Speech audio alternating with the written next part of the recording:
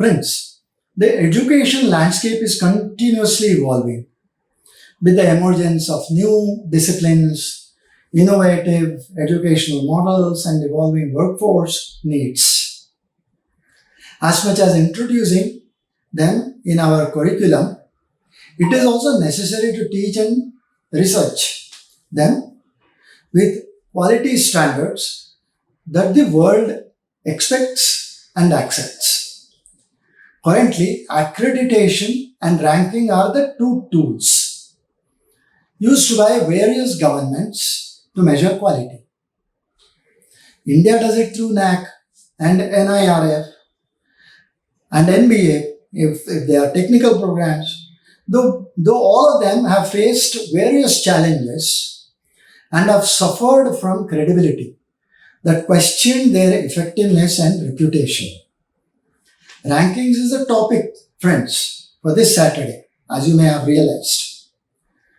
I hope you will write me back with your observations.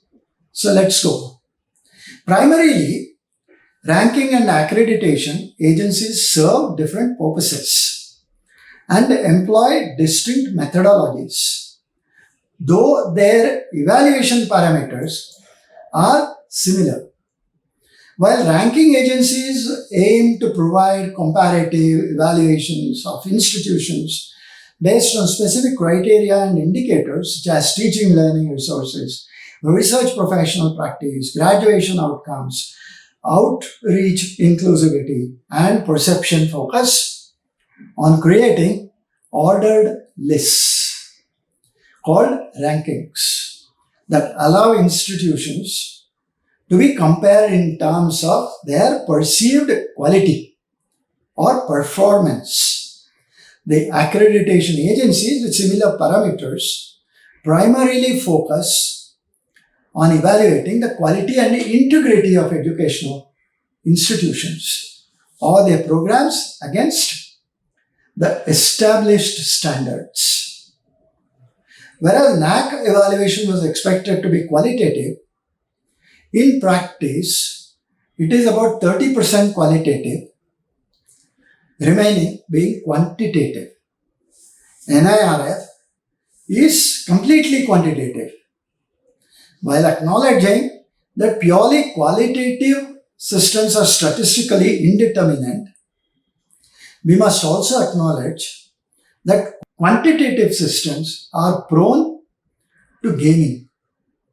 While some data needed, for assigning scores is given by the institutions, the rest is sourced from third-party sites. Obviously, everything hinges on the data uploaded and its credibility. Recently, the National Institutional Ranking Framework released its rankings under various categories such as overall, universities, colleges, research institutions, and so on and so forth.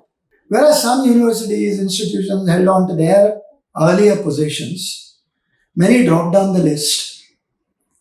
What is surprising, however, is highly accredited universities in the earlier ranking list have not appeared in the current list and so on. For example, MS University, Vadodara, Manavrachana International, Institute of Research and Studies, the only private university in the Delhi NCR region, or the Tata Institute of Social Sciences, Mumbai, which all received accreditation in the A++ category, have moved to 151 to 200 band in the overall rankings.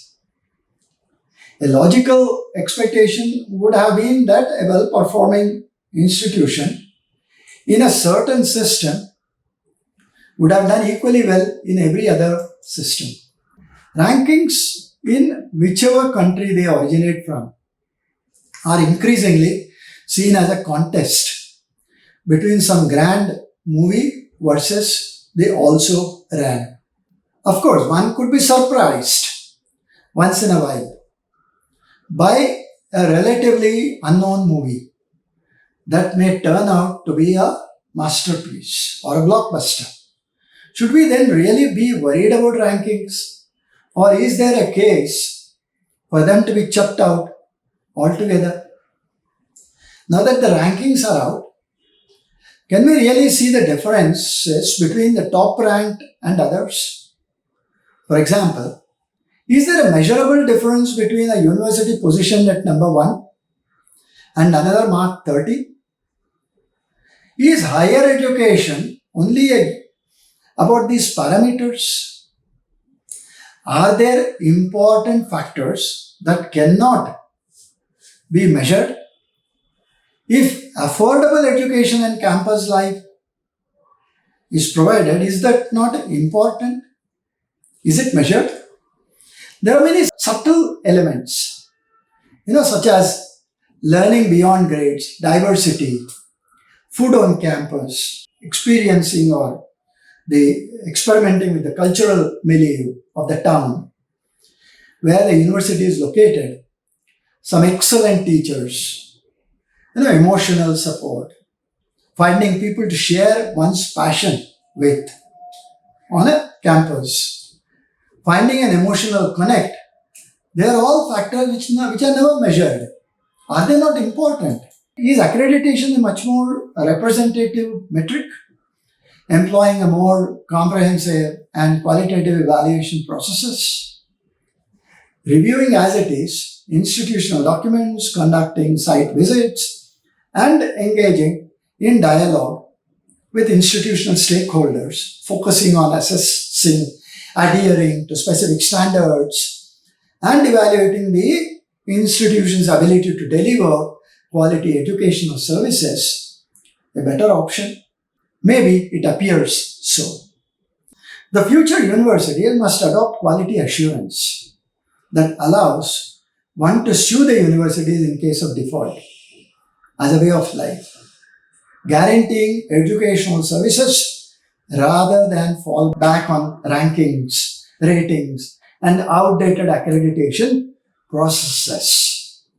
Universities must drive innovation with new roles where students opt for flexible designer degrees, certifications, and even provide opportunities for acceleration in education according to fast innovation cycles. That's the future universities.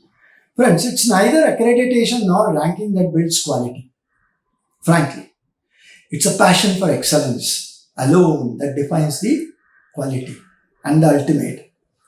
Theodore Roosevelt once said, "Far better is it to dare mighty things, to win glorious triumphs, even though checkered by failure, than to rank with those poor spirits who neither enjoy nor suffer much, because they live in a grey twilight that knows not victory nor defeat."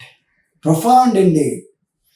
Thank you for listening, friends. With a promise to return back the next Saturday, I wish to take your leave. And until then, thank you, Dhanyavad, and Namaskar.